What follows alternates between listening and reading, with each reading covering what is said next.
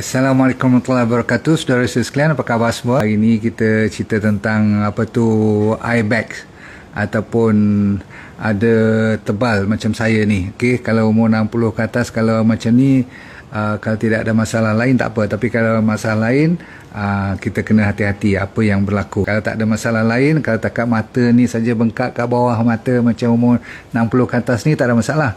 Tapi kalau ada masalah lain, umpamanya buah pinggang atau liver atau jantung, kita kena hati-hati pada malam ni. Okey, boleh. Baik, sementara tu kita tekan love, like dan share untuk kita bersama-sama menceritakan satu lagi masalah yang very common yang berlaku zaman sekarang ni. Tak perlu tunggu atas pada 40-50, budak-budak yang umur 20-an pun dah ada. Jadi kita nak cerita kenapa mereka boleh ada macam eye bag, tahu tak? Okey, ada bengkak di bawah mata ni. Kenapa mata ni boleh bengkak dan kadang-kadang boleh ada macam ada eye bag kat bawah tu. Kalau selalu sangat you contohnya orang yang merokok boleh kena macam ni. Okey, dia boleh ada allergic kat bawah mata, tapi sebab dia dah biasa lama dia merokok, dia tak perasan. Okey, itu pun boleh menyebabkan eye bag. Ada satu lagi masalah sinus, ya, pernah dengar, ada sedung, okey, pun boleh ada bengkak-bengkak di bawah tu, ataupun you ada alergi. Tapi kalau ada alahan apa-apa, dia tidak berlarutan, dia tidak memanjang. Saya nak fokus kepada berterusan, maksudnya dia sentiasa dekat situ, bahkan lebih lama, lebih tebal. Kalau you tengok gambar you dulu tak ada bengkak, sekarang dah ada bengkak. Okey, satu lagi yang dipanggil disebabkan oleh masalah luaran seperti kena habuk, kena infection, ataupun pakai contact lens, ataupun you suka jenis yang suka menangis. Asyik nak menangis je kerja you sampai bengkak bawah-bawah mata ni. Kita nak fokus kepada eye bag. Eye bag ni selalunya yang kat bawah tu. Okey, lepas tu kalau you terlalu suka, saya kata garam bagus, tapi garam bukit, garam Celtic, garam Himalaya yang banyak mineral. Tapi you suka ambil garam-garam biasa ni, faham tak? Garam-garam yang beli kat kedai tu, yang sodium chloride biasa, yang putih tu, melepak punya putih tu, dan you suka sangat benda-benda masin, pun mungkin menyebabkan mata ni boleh ada bengkak kat bawah tu.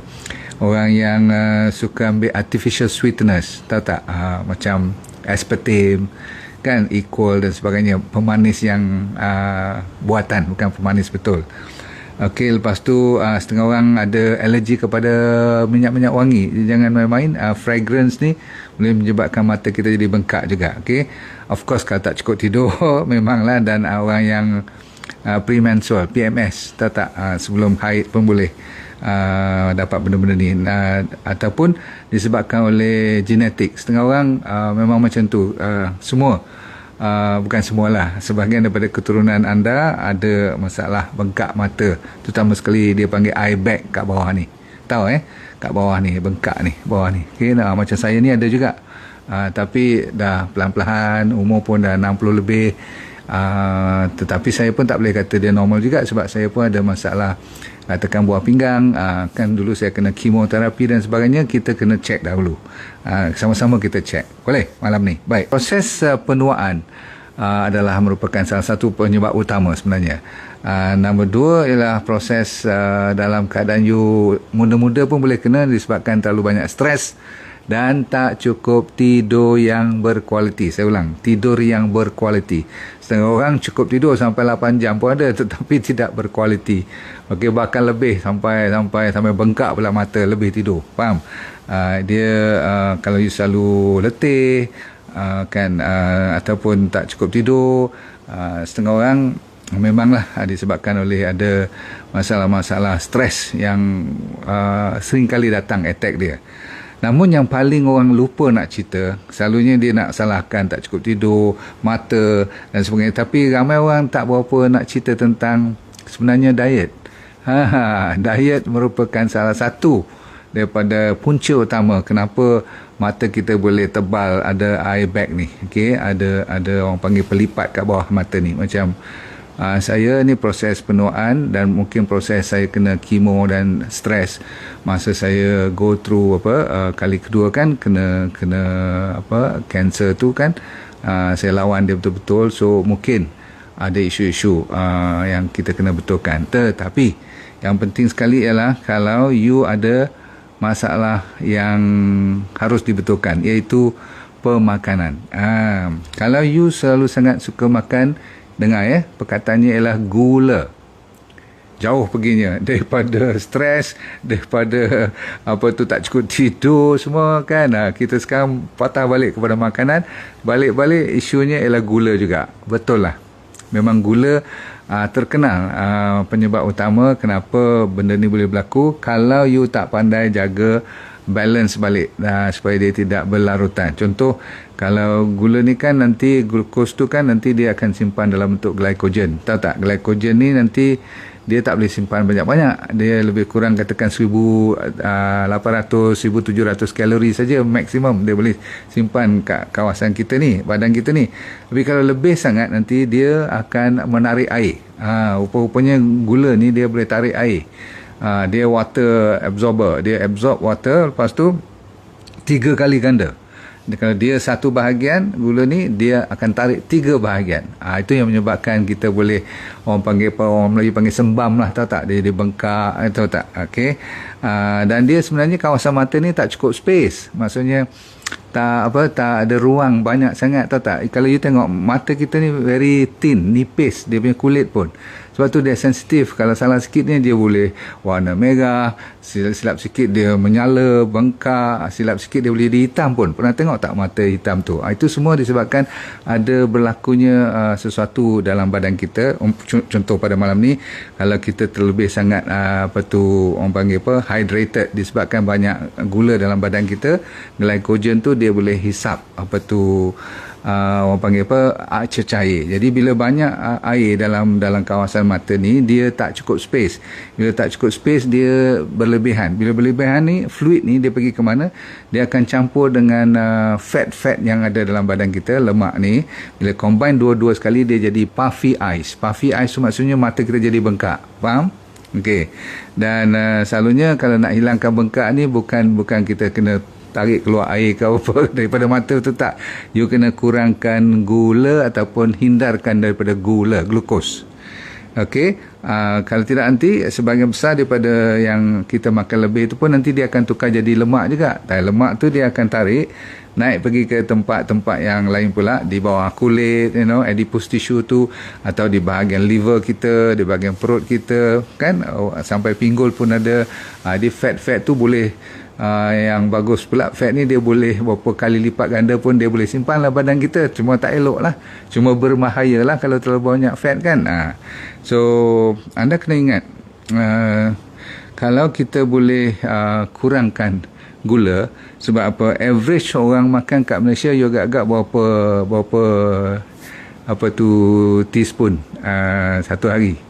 Ada orang buat kajian lebih kurang 30. Kalau yang diperlukan cuma 1 je dah cukup. Kalau nak ambil artificial sugar yang dibuat daripada kelang tu, 1 sudu dah cukup satu hari sebenarnya untuk keperluan. Sebab kita ada daripada makanan lain, tenaga semua datang daripada situ, bukan datang daripada gula pasir tu, faham tak? Okey, jadi ini antara penyebab utama kenapa mata kita boleh bengkak. Ni cerita kebiasaan. Tapi kalau kita nak tengok dari segi yang lebih kita risau, ialah dia boleh menyebabkan apa yang dipanggil masalah buah pinggang. Kita tak sedar yang mata ni dia boleh jadi petunjuk kepada beberapa organ dalam badan kita. Walaupun you nampak macam cuma tebal kat bawah mata, proses penuaan you katakan, aging process, tapi tak juga. Sebenarnya kalau selalu dia puffy, tahu tak puffy, macam bengkak, dan dia ada macam saya kata tadi eye bag kan, macam bergantung kat bawah-bawah ni, kulit tu rasa macam tebal, nampak macam saya ni tapi tebal lagi. Okey, ni lebih tebal, dah bahkan sampai kat pipi ni pun nampak macam dia dah melandok jatuh, faham tak? Melandur jatuh, maksudnya eye bag ni boleh jatuh sampai ke bawah kat sini. Okey, bawah kat sini. Dan lepas tu pula dia ada isu-isu bermasalah. Contohnya dia selalu sangat suka makan pula benda-benda yang berdaging. Kan saya kata gula, daging, termasuklah susu zaman moden. Okey, ataupun makanan laut pun yang ada mercury dan sebagainya, daging-daging terutama sekali, dan dia kurang makan sayur-sayuran yang menghijau. Tak suka langsung ulam-ulam semua ni. Jadi dari situ you punya sodium akan banyak meningkat kalau you tengok dari segi pemakanan you kan, kalau terlalu banyak bahan-bahan yang kurang sayur ni, selalunya sodium you akan meningkat, potasium you akan turun. You punya potasium tu 4 kali ganda. So kalau you terbalikkan dia, sodium garam lebih sangat tinggi sangat dan potasium pula rendah, maka ni jadi masalah. Yang fluid, cecair boleh tersimpan dalam badan you. Sebab cecair tu dia nak ikut sodium. Okey, jaga baik-baik. Lepas tu siapa yang banyak suka sangat makan kat luar, di mana Ajinomoto, dulu orang panggil Ajinomoto, zaman moden sekarang dia orang pandai, dia orang tak panggil lagi dah Ajinomoto, dia ada nama-nama lain yang lebih camouflage dia, macam bukan Ajinomoto tapi tetap ada Ajinomoto. Itu juga boleh menyebabkan you punya cecair dalam badan boleh tersimpan, water retention. Jadi tak heranlah kalau you tengok mata saja bengkak, tak, you tengok nanti tangan, kaki, terutama sekali kaki lah, ankle tu boleh swelling kan, bengkak. Ini antara penyebab utama kenapa you kena hati-hati. Mungkin dah melibatkan buah pinggang. Walaupun you mula saya cerita tadi kat mata, tapi kita kena tengok juga kat kaki, tangan, okay, especially kat ankle, pergelangan kaki tu. Kalau bengkak-bengkak, bila picit dia boleh masuk sampai ke dalam tu. Lepas tu dia dua belah pula, lagi dahsyat. Kalau sebelah kaki je lain sikit, tapi kalau dua belah, selalunya sistem you terganggu. Terutama sekali buah pinggang lah, kena jaga elok, okay. Dan kalau mereka yang suka makan gula, saya dah kata tadi, memanglah senang sangat air tersimpan dalam badan. Sebab tu bila you tekan je, dia macam tak mau naik balik, tenggelam je. Ingat tak kak, you punya kadang-kadang you tekan kat kaki you. Padahal saya cerita pasal mata tadi kan, nampak tak keseriusannya, kenapa you kena belajar tentang mata ni bengkak tak bengkak. Okay, right. Satu lagi ialah kalau you suka ambil benda-benda yang flavor, tak flavor yang perasa. Kalau perasa-perasa dalam makanan ni pun dia ada flavor enhancer tu, sebenarnya tidak baik untuk buah pinggang kita. Okey. Dan dia juga kadang-kadang sampai orang lelaki terutama sekali yang ada prostate dia pun enlarge. Maklum saja kalau atas pada 50-an ni, kadang-kadang prostate tu dah mula bengkak.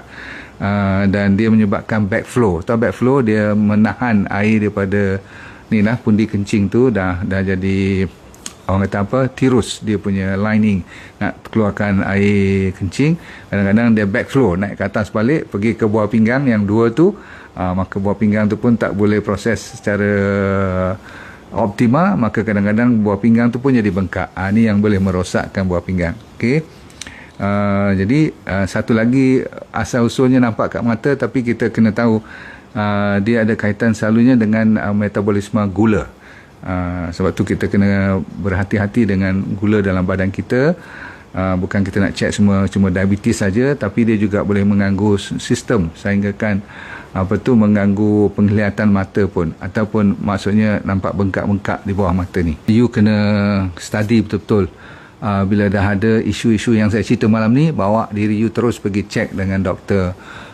Satu of course lah, lain selain daripada pakar physician yang bagus. Maksudnya dia akan tahu secara dahulu blood you macam mana, you punya profile, you punya kidney, kita nak check you punya jantung, dan kita nak check you punya liver. 3 organ ni selalunya ada kaitan dengan mata ni. Walaupun saya cerita mula dengan mata, tapi sebenarnya yang di belakang tabir tu yang lebih menakutkan.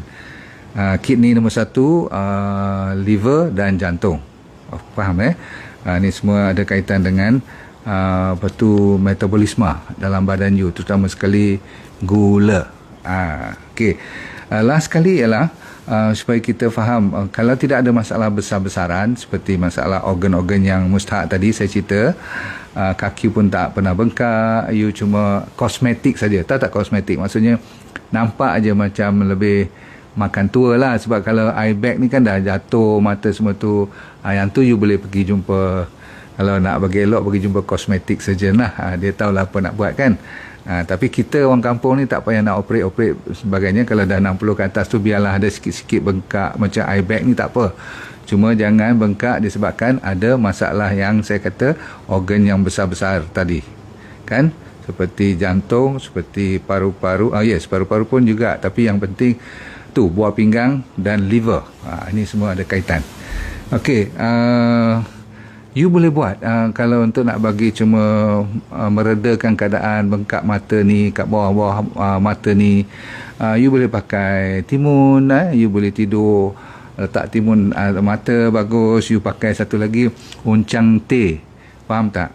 Teh hijau, green tea is very good. You ambil bekas you dah rendam tu, you buat atas mata you, sebelah kiri satu, sebelah kanan satu, tidur sampai dia kering pun tak apa. It's very good for you punya ni, apa tu, eye bag ni, faham Satu lagi boleh pakai susu, you bukan untuk minum, untuk sapu. You boleh pakai tomato dengan lemon, okay, you sapu, jangan masuk dalam mata lah sebab lemon kan. Itu cuma nak meredakan bengkak-bengkak di bawah mata ni, ataupun dia punya eye bag tu, faham? Secara umumnya, kalau you boleh jaga diet you tinggi dengan potasium, sebab ingat tak tadi cerita kan sodium dengan potasium, masalah tadi saya kata tak sepatutnya sodium tu tinggi, garam tu kan, potasium tu tak sepatutnya rendah, sebab potasium K tu dengan Na, sodium dengan potasium tu harus 4 kali ganda tingginya daripada sodium. Okey, lebih kurang 4700 mg. Kena cari bahan-bahan yang banyak dengan potasium untuk meredakan keadaan supaya tak bengkak lebih teruk, iaitu seperti yang paling utama ialah sayur-sayuran yang menghijau, green leafy vegetable, ataupun ambil yang rangup seperti cauliflower, brokoli, ataupun ambil bayam, semua tu yang menghijau. Kita ada banyak ulam, ambil. Tinggikan you punya potasium. Satu lagi yang banyak kekuatan potasium ialah, selalu saya kata ubi kentang, dan satu lagi yang bagus orang kata pisang, tapi pisang terkenal, tapi dia bukan sepatutnya yang paling tinggi. Yang paling tinggi ialah ubi kentang dengan kulit dia, dalam kulit tu dia lebih. You amalkan makan yang rebus tu dengan kulitnya sekali, atau bakar pun tak apa. Tujuan malam ni saya tak benarkan you makan banyak karbohidrat, sebab dia tidak abdal untuk nak mengurangkan bengkak-bengkak bawah mata dan sebagainya ni. Okey, CHO nama ringkas untuk sains dalam benda-benda yang berkarbohidrat kena kurang, seperti nasi, seperti roti, seperti bahan-bahan biskuit. You tahulah bahan-bahan yang ada expiry date sampai 3-4 tahun tu yang ada kat supermarket, semuanya out. Okey, InsyaAllah you akan nampak lebih tenang you punya bengkak mata you tu, dan ujung-ujungnya yang menjadi paling abdal ialah tidur lah. Okay. Cukup tidur, cukup kena matahari, cukup tenang, InsyaAllah. Saya ulang, cukup tidur, cukup kena matahari, cukup tenang, lagi sekali bernafas elok, dan pemakanannya balance, cukup. Dia sebenarnya tak susah jaga isu malam ni. Cuma kita disebabkan oleh tabiat nak kena makan benda yang selalunya tinggi dengan kalori, dan selalunya benda yang manis-manis. Maklumlah orang Malaysia kan, jadi susah kita nak betulkan keadaan ni kalau kita tak tukar paradigma pemakanan kita. Katakan you nak operate, katakan orang perempuan lah kan, baru umur 45 dah nampak berlipat kat bawah ni, jadi tak cantik lah. Okay, jadi you kena cari pakar kosmetik ataupun kosmetik surgeon yang berpengalaman, sebab kita tak nak you ada sebarang parut dan sebagainya. Ada cara, dia selalu kadang-kadang dia buat bukan daripada luar, dia buat daripada belakang mata you, dia masuk daripada dalam, you tak nampak langsung parut pun. Contoh, ada setengah tu pakai injection yang kecil, ada setengah tu pakai laser dan sebagainya. Tu saya serahkan kepada pakar-pakar lah.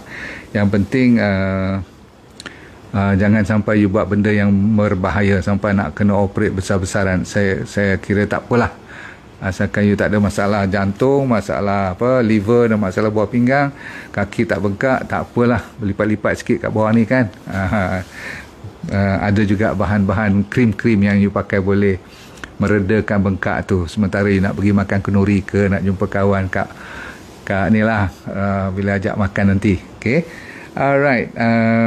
So 3 perkara yang paling mustahil ialah tidur, jaga garam yang simple beli kat kedai biasa tu jangan lebih, kalau garam bukit semua tak apa, dan jaga liquid, minuman dalam badan kita. Okey, selain pada tu saya rasa dalam keadaan yang kalau kurang stres, dia lagi cepat baik lah. Kalau ada masalah ni, cukup tidur dia akan lebih lega. Satu hal yang Nampak simple, tapi saya dah kata tadi ada kes-kes yang serius bila dia melibatkan organ lain daripada bawah mata.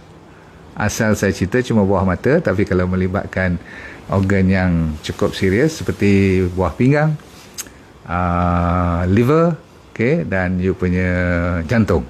Tiga ni memainkan peranan dalam cerita pada malam ini. Baik, insyaAllah ya, anda berhati-hati, duduk kat rumah elok-elok, kalau boleh jaga diri. Make sure gerakkan body sedikit. Kalaupun duduk dalam rumah, kalau setempat pun lompat-lompat lah, lipat ke badan ke apa pun buat lah yang patut, okay? Supaya anda tu bergerak juga. Kalau dibenarkan keluar sedikit kat rumah tu, ambil udara kat luar, bawa anak-anak sikit pergi keliling rumah ke dalam rumah lah, maksudnya kawasan rumah lah kalau berpagar tu, okay? Matahari jangan lupa. Makan minum pasti cukup. Puasa Isnin dengan Khamis tu insyaAllah you akan dapat manfaat, dan jangan tinggalkan waktu-waktu lapang tu tak mentelaah atau baca apa-apa, belajar, okey. Terima kasih, kita jumpa lagi, okey. Jaga diri baik-baik ya. Assalamualaikum warahmatullahi wabarakatuh. Be good, okey. Thank you very much, bye.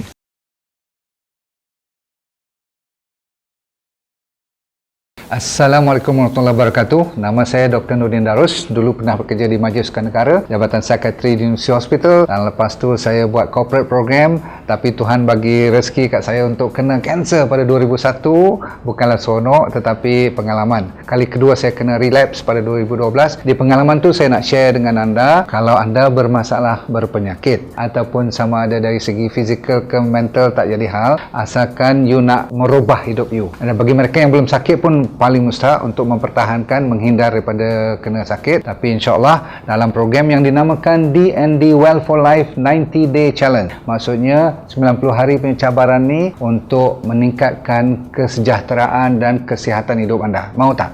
Okey, apa yang dia akan dapat dalam program tu, nanti kita akan ajar teknik-teknik macam mana nak menyelesaikan masalah penyakit dulu secara alami. Kita fokus kepada penyakit yang serius dulu, kanser lah, diabetes, high blood pressure, kolesterol, jantung, untuk autoimun terutama sekali, arthritis, gout, masalah hormon dan sebagainya. Yang penting ialah kalau anda bermasalah emosi pun boleh kita tolong bantu. Yang penting sekali ialah teknik tu. Kita kena bagi kat you dalam masa 90 hari ni, seminggu demi seminggu, saya semacam coach you, iaitu teknik macam 7 day living, teknik 7 prinsip macam mana orang boleh sihat walafiat sepanjang hayat. Kita kena belajar. Orang Okinawa daripada Jepun, apa yang dimaksudkan dengan ikigai, saya akan ajar juga macam mana nak cari hala tujuan hidup. Ramai orang stres sangat sekarang ni, dan kita sediakan doktor-doktor juga untuk bersama bantu you supaya kita semua boleh sama membantu menjadi sihat walafiat, merubah daripada sekarang kepada benda-benda ataupun ilmu yang baru untuk menyihatkan body secara mental dan fizikal. Okey,